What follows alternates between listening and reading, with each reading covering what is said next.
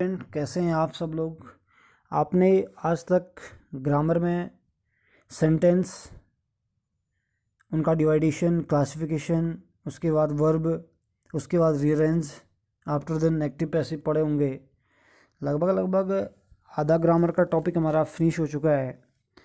अब हम जब नेक्स्ट पार्ट जो ले रहे हैं आज से, वो हम टेक्स्ट बुक में जा रहे हैं। यानी कि आपके पास दो किताबें हैं 9th में, बिहाइव और मोमेंट्स। और जो हम स्टार्ट करने जा रहे हैं, बिहाइव स्टार्ट करेंगे हम। यानी कि बिहाइव, बी हाइव दो शब्दों से मिलकर बना है। बी का मतलब होता है मधुमक्खी, हाइव का मतलब होता है छत्ता, यानी कि मधुमक्खी का छत्ता, जिसको बोलते हैं बिहाइव। उसका जो हमारा फर्स्ट चैप्टर है वो है हमारा द फन दे हैड। इसको लिखा है इसाक एसिमोव, यानी कि the fun they had written by Isaac Asimov. यानी कि इसमें आपको मैं करेक्टर जो है थोड़ा उनका इंट्रोडक्शन दे रहा हूँ, परिचय दे रहा हूँ। Number first is a मार्जी। मार्जी is a girl of 11 year old, यानी कि 11 साल की लड़की एक मार्जी है। इसमें वो क्या करती है, she writes about the story on, ये स्टोरी के बारे में लिखती है। वो 17 मई लिखती है अपनी डायरी में इसके बारे में। यानी कि 17 मई 2157 को लिख रही है उस डायरी के बारे में। वो करेक्टर है उसमें, 11 साल की लड़की है मार्जी। दूसरा करेक्टर इसमें टॉमी है। Tommy is a boy of 13 year old, यानी कि 13 साल का लड़का है वो, ठीक है ना। He finds a real book which he shows to Margie, यानी कि 13 साल का लड़का जो टॉमी है, उसे एक असली पुस्तक मिल जाती है, जिसको वो क्या करता है, मार्जी को दिखाता है। दूसरा करेक्टर टॉमी है, पहला character मार्जी, second Tommy. Third character जो है वो है आपका इसमें मिसेस जोन, यानी कि श्रीमती जोन्स, यानी कि she is a mother of Margie, यानी कि वो मार्जी की माता जी हैं। फोर्थ जो करेक्टर है हमारा वो है मैकेनिकल टीचर, यानी कि जो यांत्रिक शिक्षक जिसको बोलते हैं हिंदी में। कंप्यूटर, यानी कि computer that teaches the kids, यानी कि कंप्यूटर जो बच्चों को पढ़ाता है, ठीक है ना। यांत्रिक टीचर है वो, यानी कि कंप्यूटर जो बच्चों को पढ़ाता है। फिफ्थ जो उसमें करेक्टर है वो आपका काउंटी इंस्पेक्टर, जिसको बोलते हैं हिंदी में जिला निरीक्षक, यानी कि he repairs the mechanical teachers and sets them correctly, यानी कि वह कंप्यूटरों की मरम्मत करता है और उनको सही रूप में सेट करता है। जो छोटी सी समरी है इसकी, यानी कि स्टोरी क्या कैसे स्टार्ट होती है। डायरी में एंट्री जो डेटेड है इसमें 17 मई की, यानी कि 17 मई 2157 की, बाय मार्जी, मार्जी के द्वारा लिखी हुई डायरी है।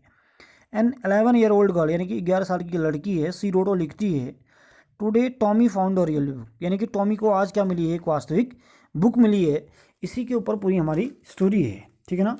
बिफोर यू रीड, जो आपको सबसे पहले टॉप में इधर दिख रहा है, यानी कि द फन दे हैड के नीचे आपको लिखा मिल रहा है। क्या लिखा है उसमें, बिफोर यू रीड, यानी कि पढ़ने से पहले आपके लिए है। क्या है आपके लिए, the story we shall read is set in the future. कहानी कैसे सेट की गई है, फ्यूचर में, जो भविष्य है उसको लेकर सेट की गई है। ऐसा नहीं कि पास्ट है या प्रेजेंट है, ये फ्यूचर के ऊपर डिपेंड है स्टोरी है, ठीक है ना। When books and schools are we now know them will perhaps not exist, यानी कि जब हमको न किताबों के बारे में या फिर न स्कूल्स के बारे में, यानी कि दोनों चीज़ें क्या हो जाएंगी, गायब हो जाएंगी। How will children study then, तब बच्चे जो हैं वो कैसे स्टडी करेंगे, इसके ऊपर एक कल्पना की गई, यानी कि इनकमिंग फ्यूचर की स्टोरी कल्पना की गई है, ठीक है ना। और नीचे लिखा है the diagram below may give you some ideas, आपको कुछ आइडिया जो है इस पिक्चर के थ्रू मिल सकते हैं। जैसे क्या है, आपको देखो इधर क्या लिखा है। एक तो बताया गया है लर्निंग थ्रू द कंप्यूटर, यानी कि कंप्यूटर के थ्रू हम कैसे पढ़ सकते हैं, ये बता रखा है। दूसरा है वर्चुअल क्लासरूम्स दिए गए हैं इधर, इसके बारे में बताया गया है। एक है हमारा रोबोटिक टीचर, यानी कि रोबोटिक टीचर है। तीसरा हमारा जो है मूविंग ई टेक्स्ट, यानी कि जो हमारा कंप्यूटर में जिसको हम चलते हुए देख सकते हैं, ठीक है ना। ये सारी चीज़ें जो आपकी दिख रही हैं, ये सब क्या है, इनकमिंग फ्यूचर्स को देखकर स्कूल्स के बारे में एक इमेजिनेशन के ऊपर चैप्टर डिस्कस किया गया है। नीचे लिखा है इन pairs discuss 3 things that you like best about your school.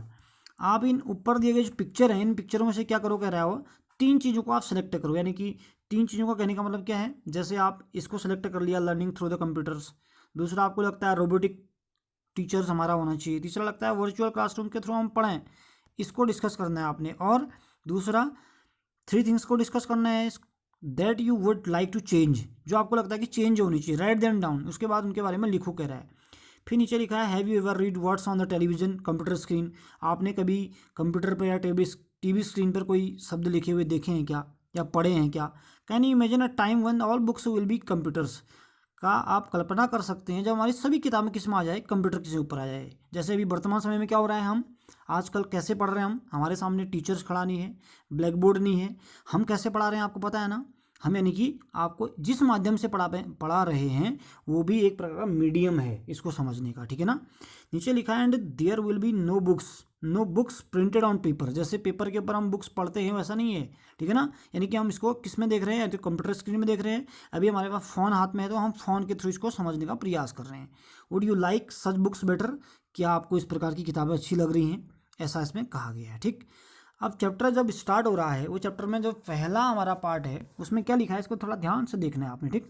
पहला पार्ट में फर्स्ट नंबर लिखा है यहाँ पर, जो आपको इधर दिख रहा है ये फर्स्ट नंबर है, ठीक है ना। फर्स्ट नंबर को आपने देखना है, क्या लिखा है इसमें, मार्जी even wrote about it that night in her diary, यानी कि मार्जी ने अपनी डायरी में इस कहानी के बारे में उस रात को लिखा। ऑन द पेज हेडेड, जिस पेज में सबसे टॉप में किसकी हेडिंग पड़ी है, 17 मई 2157, यानी कि 17 मई 2157, सी रोड उसने लिखा, क्या लिखती है वो, today Tommy found a real book, यानी कि आज टॉमी को एक रियल मैंने वास्तविक किताब मिली है। It was a very old book, यानी कि यह क्या है, बहुत पुरानी किताब थी।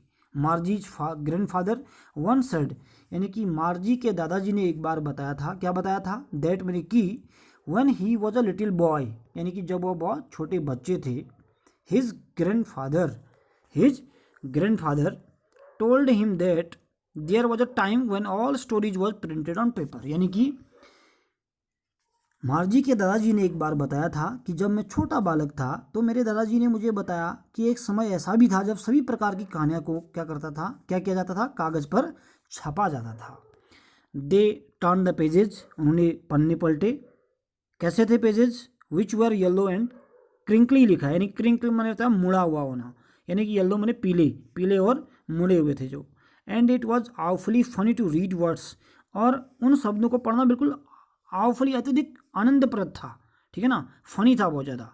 That stood still instead of moving the way they were suppose to on a screen, यानी कि जो कि स्थिर रूप से अपने स्थान पर बने रहते थे, इसके बजाय कि वह स्क्रीन पर चलते रहते थे, यानी कि स्क्रीन पर नहीं चलते थे उन दिनों, किताब की बात हो रही है, ठीक है ना। और दूसरा क्या लिखा है नीचे से, on a screen, you know, तुम जानते हो, and then when they turn back to the page before, और दूसरा कहा गया कि उनके विषय में सोचा था कि जब उन्होंने पिछला पन्ना पलटा तो उसमें क्या था, it had the same words on it that it had when they read it the first time, यानी कि जब उन्होंने पिछला पन्ना पलटा तो उस पर वही शब्द मिले जो उन्होंने पहली बार पढ़े थे, ठीक। अब जो सेकंड वाला पार्ट है, यानी कि जो दूसरा नंबर इसमें लिखा है, यानी कि यहाँ पर सेकंड पार्ट जो लिखा है, सेकंड पार्ट में चलते हैं, ठीक है ना, दो दो पैरे करके चलेंगे, ठीक। ये लिखा है घी, यानी कि थोड़ा आश्चर्य प्रकट करते हुए एक शब्द है घी, ठीक। सर टॉमी, यानी कि थोड़ा आश्चर्य प्रकट करते हुए टॉमी ने कहा, क्या कहा, व्हाट अ वेस्ट, वेस्ट में था कूड़ा, when you are through with a book, यानी कि मैं कल्पना करता हूँ कि जब इस पुस्तक को पूरा पढ़ लोगी तो तुम इसे क्या कर दोगी, फेंक दोगी, you just throw it away, I guess, मैं ऐसा अनुमान लगाता हूँ, कहता है, ठीक है ना, कौन, टॉमी ने कहा। टॉमी ने किससे कहा, मार्जी से कहा, कि थोड़ा आश्चर्य प्रकट करते हुए कहा कि क्या कूड़ा है, मैं तो कल्पना करता हूँ कि जब इस पुस्तक को तुम पूरा पढ़ लोगी तो तुम इसको क्या कर दोगी, फेंक दोगी, थ्रो कर दोगी, आई गेस, मैं अनुमान लगा रहा हूँ ऐसा। किसने कहा ऐसा, टॉमी ने अपनी सिस्टर मार्जी से कहा। और television screen must have had a million books on it, यानी कि हमारे दूरदर्शन की स्क्रीन पर लाखों पुस्तकें होंगी, मिलियंस बुक्स होंगी on it, and it is good for plenty more, और दूसरा क्या है, और भी अधिक पुस्तकें आ सकती हैं।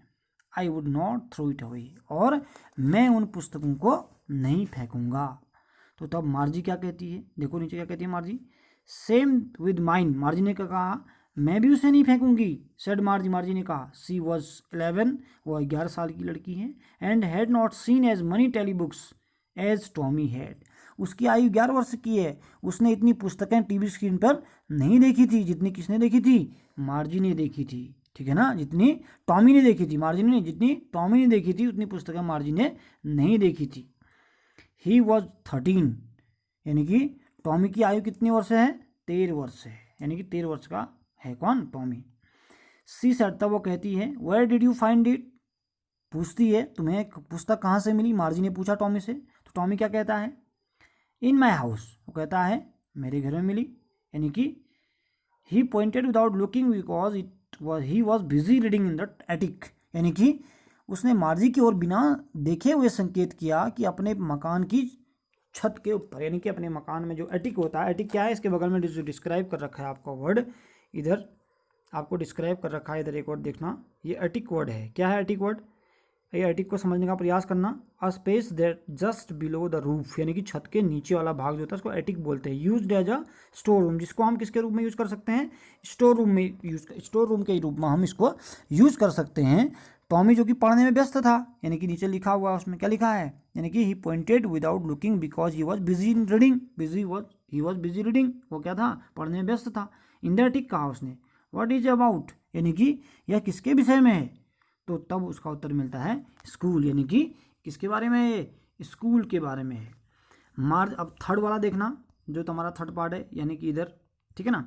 मार्जी वॉज स्कॉर्नफुल, यानी कि मार्जी का हृदय जो है बिल्कुल घृणा से भर गया। स्कॉर्नफुल मैंने घृणा। स्कूल, उसने कहा school. What is there to write about school, यानी कि स्कूल के बारे में क्या लिखना होता है। आई हेट स्कूल, मुझे स्कूल से घृणा है।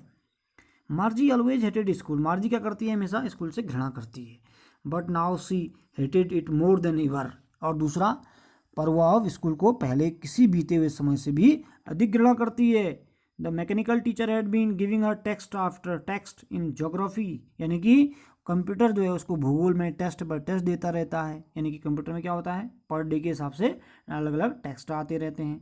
इन geography and she had been doing worse and worse until her mother had shaken her head sorrowfully and sent for the county inspector, यानी कि कंप्यूटर जो है उसको भूगोल में टेस्ट पर टेस्ट देता रहता था और वह उसको खराब से और अधिक खराब कर रही थी। अंत में उसकी माँ ने बड़े दुख के साथ क्या किया, अपने सिर को झटका देकर हिलाया और किसको बुला लिया, काउंटी इंस्पेक्टर, यानी कि जिला निरीक्षक को बुला लिया। क्योंकि पूरा जो जो उसका कंप्यूटर का सेटिंग था किसने खराब कर दिया था, मार्जी ने पूरा खराब कर दिया था। तो किसको कॉल करती है उसकी माँ, मार्जी की माँ, वो काउंटी इंस्पेक्टर को बुलाती है, यानी कि जिला निरीक्षक को बुलाती है। यहाँ तक आपने इसको बड़े गौर से पढ़ सुनना है और इसके वर्ड मीनिंग भी आपने अपनी फेयर कॉपी में करना है। किस में करना है वर्ड मीनिंग, फेयर कॉपी में करना है।